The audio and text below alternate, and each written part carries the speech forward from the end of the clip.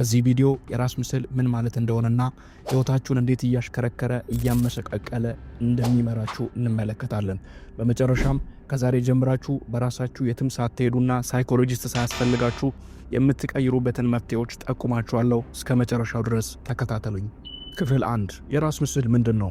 የራስ ምስል ማለት በአእምሮአችሁ ጓዳ ውስጥ ለማንም የማታሳዩት ራሳችሁ ግን ስለራሳችሁ የምታዩትና የምታምኑት ያመናችሁንም ሆነ ብላችሁ የተቀበላችሁት አካላችሁን፣ ማንነታችሁን፣ ያላችሁን ችሎታና ያላችሁን እሴት የምትመዘግቡበት ሜንታል ዲክሽነሪ ነው።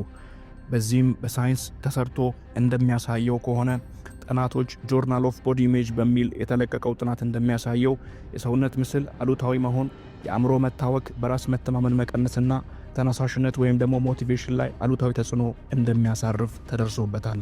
ስለዚህ ለራሳችሁ የሚኖራችሁ ምስል ወይም ደግሞ ስለራሳችሁ አምናችሁ የተቀበላችሁት ነገር የተንሸዋረረና በትራውማ የተሞላ፣ በስቃይ የተሞላ፣ በጭንቀትና በድባቴ ውስጥ የተከበበ ከሆነ ሁልጊዜም ድብርት የሚሰማችሁ፣ ሙዳችሁ ስዊንግ የሚያደርግ፣ ከሰዎች ጋር የማትግባቡ፣ ኦቨርቲንክ የምታደርጉ ሰዎች ትሆናላችሁ።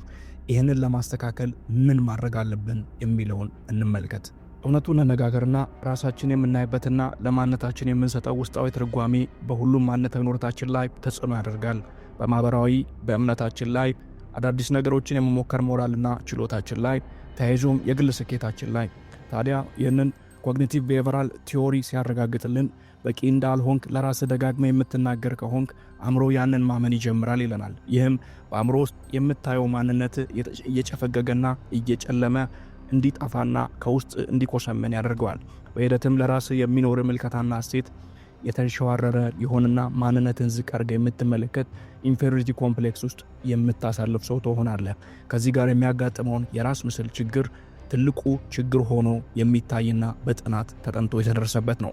ታዲያ ትልቁ ዜና ቢኖር የራስ ምስል አንድ ጊዜ ፎርም ከተደረገ በኋላ መቀየር እንደሚቻል ጥናቶች ያመላክታሉ። ክፍል 2 የራስ ምስልን እንዴት መቀየር ይቻላል? ይህንን ሂደት እንዲያግዘን 5 በሳይንስ የተደገፉ ሐሳቦችን እንመለከታለን። አንደኛ፣ ሰልፍ ኮምፓሽኔት መሆን ወይም ለራስ ደግ መሆን። በራሳችሁ ላይ ጨካኝ ገዢ፣ ተቆጪና ተናዳጅ ጌታ መሆናችሁን አቁሙና ለሌሎች የምታደርጉትን ተመሳሳይ ርኅራኄ፣ ለሰዎች እንዲሆንላቸው የምትመኙትን መልካም ነገር ለራሳችሁ ማድረግና መፈጸም ጀምሩ። በዶክተር ኤሪክ ክሪስቲን በቴክሳስ ዩኒቨርሲቲ የተደረገ ጥናት ለራስ አዛኝ መሆን ወይም ደግሞ ለራስ ደግ መሆን ሰልፍ ወርዝ ወይም ደግሞ ለራስ ያለን ጥቅም ከፍ እንደሚያደርግና ክብር እንደሚጨምር እንዲሁም በተጓዳኝ ጥናት ጭንቀትና ድባቴን እንደሚቀንስ አመላክቷል። ስለዚህ ይህንን ምክር ለራሳችሁ በሕይወት አድርጋችሁ እንድትወስዱት ልጠቁማችሁ እወዳለሁ። ሁልጊዜም ስትሳሳቱ ቆም በሉና እኔ ሰው ነኝ፣ ከዚህ መማር እችላለሁ ማለትን ተለማመዱ። መፍትሄ 2 አሉታዊ ንግግርን ማስወገድ። እስኪ ራስን ጠይቀው፣ በየቀኑ ለራስህ ምን ትላለህ? ሰዎች በሳይንስ ጆርናል ተጠንቶ እንደተደረሰበት በቀን ከ60,000 በላይ የሚሆኑ ሐሳቦችን ያስባሉ። ከነዛም ደግሞ 80% እስከ 90 የሚሆኑት ደግሞ አሉታዊ ናቸው ይለናል ሳይንስ አጥንቶ ሲደርሰን። ኔጌቲቪቲ ባያስ በሚለው ኢፌክት ቲዮሪ መሰረት አእምሮ አዎንታዊ ነገርን ሰብስቦ ለሰው ልጅ ትውስታ ከመፍጠር ይልቅ አሉታዊ ነገር ላይ ትኩረት ማድረግ እንደሚቀናው ያሳያል። ከዚህም ጋር ተያይዞ ለራሳችሁ የማትረባ፣ ቆሻሻ፣ ኃጢአተኛ፣ ደካማ፣ ጎስቋላ፣ የማትወደድ፣ ሰዎች የማያከብሩ ነህ ብለህ ትናገራለህ ወይስ ለራስህ ብርቱ፣ ጠንካራ፣ አመስጋኝ፣ ተወዳጅና ሌሎች የሚያመሰግኑትና የሚያከብሩት? አየህ፣ ቃላቱ በተቀያየሩ ቁጥር ስሜቱን መለያየቱን ይፈጥራል። ምክንያቱም ቃላት በቫይብሬሽናል ፍሪኩዌንሲ አእምሮና አካል ላይ ኢፌክት ስለሚፈጥሩ። ኮግኒቲቭ ቢሄቪራል ቴራፒ ላይ የሚያሳዩ ቲዎሪዎች እንደሚያሳዩት ከሆነ አሉታዊ ንግግር የራስ ምስልን ያዛባዋል ይለናል። ስለዚህ ደግሞ አሉታዊ ንግግሮች ወይም ደግሞ ሐሳቦች ወደ አእምሮአችሁ በሚመጡበት ጊዜ እስኪ እንደዚህ ብላችሁ በመጠየቅ እነዛን ሐሳቦች ፈትኗቸው። ይህ ነገር እውነት ነው ወይስ እኔ ለራሴ የነገርኩት የሐሰት ትርክት ነው? በመቀጠልም ዘውትር የቃላት አጠቃቀማችሁን እንዲያግዘውና ያንን የምትጠቀሙትን አሉታዊ ቃል ለመቀየር እንዲያግዛችሁ የምትከታተሉበት ጆርናል አዘጋጁና ተለማመዱ። ዕለት ተዕለት አእምሮአችሁን በዛ ልክ ፍሬምወርክ በሰራችሁለት ቁጥርና ፍሬም ባስያዛችሁለት ልክ በዛው ልክ አብስትራክት የመሆንና እንዲሁም ጭፍግግ ያሉ ሐሳቦችን የማስወገድ ክህሎታችሁ እየጨመረ ይመጣል።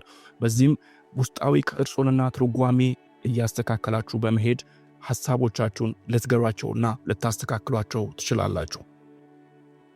መፍትሄ 3 ቪዥዋላይዝ ማድረግ ጀምር። ይህንን እንዲያግዝ የማክስዌል ማልትስ ሳይኮ ሳይበርኔቲክስ የሚለውን መጽሐፍ እንድታነብ ሪከመንድ አደርጋለሁ። ማክስዌል በዚህ መጽሐፉ የአእምሮ ምስል በራስ ግንዛቤ መቀየር ላይ ያለውን ኃይል አጥብቆ ተናግሯል። አንድ ጊዜ ይችን ልምምድ አድርግ። ዓይንህን ጨፍንና ለትኩረት እንዲያግዝ፣ በመቀጠል ደግሞ በጸጥታ ሆነ ትክክለኛውን ማንነት እንዴት እንደሚራመድ፣ እንደሚናገር፣ ፈተናዎችን እንዴት እንደሚጋፈጥ፣ ከሰዎች ጋር እንዴት እንደሚግባባ በዓይነ ህሊና ተመልከተው። ይህንን ዘወትር ለ5 ደቂቃ ከእንቅልፍ እንደነቃ ወይም ደግሞ ወደ እንቅልፍ ከመሄድ በፊት ብታደርግ ቴታ ብሬን ዌቭ በሚከፈትበት ጊዜ ያንን የአእምሮ ምስልህን ራስህ ላይ የመዘገብከው ስትሄድ አእምሮ በምትነግረው ነገርና የሆነ ባለው ሪያሊቲ ላይ ያለውን ልዩነት አያውቀውም። ስለዚህ ኢማጂን የምታደርገውን ማንነትህን ብሊቭ እያደረገው ሲመጣ በተግባር ደግሞ አንተ የተቀየርክ ትሄዳለህ። ስለዚህ አእምሮና ሰውነትን የምታስበውን ወደ መሆን እንዲጓዙ አድርጋቸው። መፍትሄ 4 ራስን በአዎንታዊ ተጽዕኖ ከበበው። አብረናቸው ብዙ ጊዜ የምናሳልፋቸውን ሰዎች ጠባይ፣ ባህሪ፣ ማንነት እንላበሳለን። ስለዚህ ከሚያማርሩ፣ ከሚጨቃጨቁ፣ ራሳቸውን በተደጋጋሚ ባሉታዊ መንገድ ከሚያወዳድሩና ከሚያነጻጽሩ መርዛማ ሰዎች በመራቅ የተሻለ አመለካከት፣ ልማድ ካላቸው ሰዎች ጋር መዋል ጀምር። የተሻለ ልማድ፣ የተሻለ አመለካከት፣ የተሻለ አስተሳሰብ የሚንጸባረቅባቸው ቦታዎች ላይ መዋል ጀምር። በተጨማሪም ኦንላይን የምታሳልፋቸውና ኮንሱም የምታደርጋቸውን መረጃዎች ማንነትን አፕሪሼት የሚያደርጉ፣ ማንነትን የሚያንጹ፣ አእምሮን የሚመግቡ እንዲሆኑ አድርግ። ያንን ባደረክ ቁጥር ለከፍታ አስተዋጽኦ ከሚያደርጉት እንጂ ራስ በራስ መተማመንን እንድትጠራጠር ከሚያደርጉት ሰዎች ገሸሽ እንድትል አቅም ታገኛለህ። ስለዚህ ይህንን ሽልማት ለራስ ሸልመው። መፍትሄ 5 የአካል ብቃት እንቅስቃሴ ማድረግ ጀምር። የአካል ብቃት እንቅስቃሴ የአእምሮ ውቅርን ከመቀየር በተጨማሪ የአካልን ለውጥ እንዲጨምርና የቴስታስትሮን ሆርሞን መጠን ከፍ እንዲል ያደርጋል። የቴስታስትሮን መጠን በጨመር ደግሞ በአካላችን ላይ የሚኖረን ኮንፊደንስ እና ስታሚና እንዲጨምር ያደርጋል። ያ በሚሆንበት ጊዜ ካሪዝማቲክ ትሆናለህ። ድፍረት ይጨምራል። ነገራቶችን ለማድረግ የሚኖር ጥንካሬ በዛው ልክ እየበረታ ይሄዳል። ከዚህም ጋር ተያይዞ ህይወትህን የምታጣጥምበትን መንገድ እየተረዳ ትሄዳለህ። ይህንን በሁሌም እየተመዘገብክና እየተለማመድከው ስትሄድ አእምሮ ውስጥ የሚኖረው ለውጥ አካል ላይ እየተገለጠ፣ አካል ላይ የሚኖረው ለውጥ ደግሞ ማንነት ላይ እየተንጸባረቀ ህይወትን የበለጠ እንድትወደውና እንድታከብረው ያደርጋል።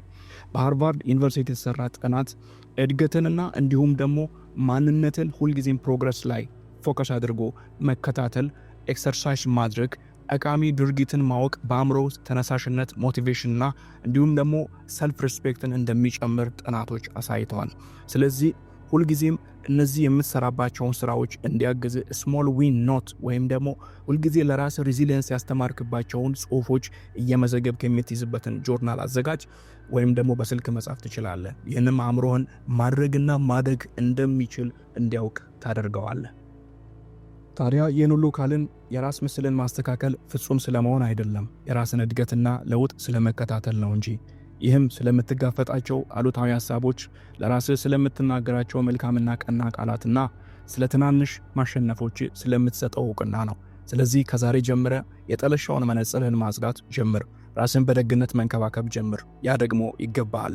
ይህ ቪዲዮ የሚረዳና የሚያስተምር ሆኖ ካገኘው በቅንነት ላይክ፣ ሼር፣ ኮመንት በማድረግ ቤተሰቡን አብረኸኝ ስለቆየ እስካሁን ድረስ ስለተከታተልከኝ ከልብ አድርጌ አመሰግናለሁ። ትኩስ ሳይንስ ቤዝድ የሆኑ አእምሮን፣ አካልን፣ መንፈስን ለመቀየር የሚያግዙ ሐሳቦችን የምትፈልግ ከሆነ የደወል ምልክቷን ተጫን።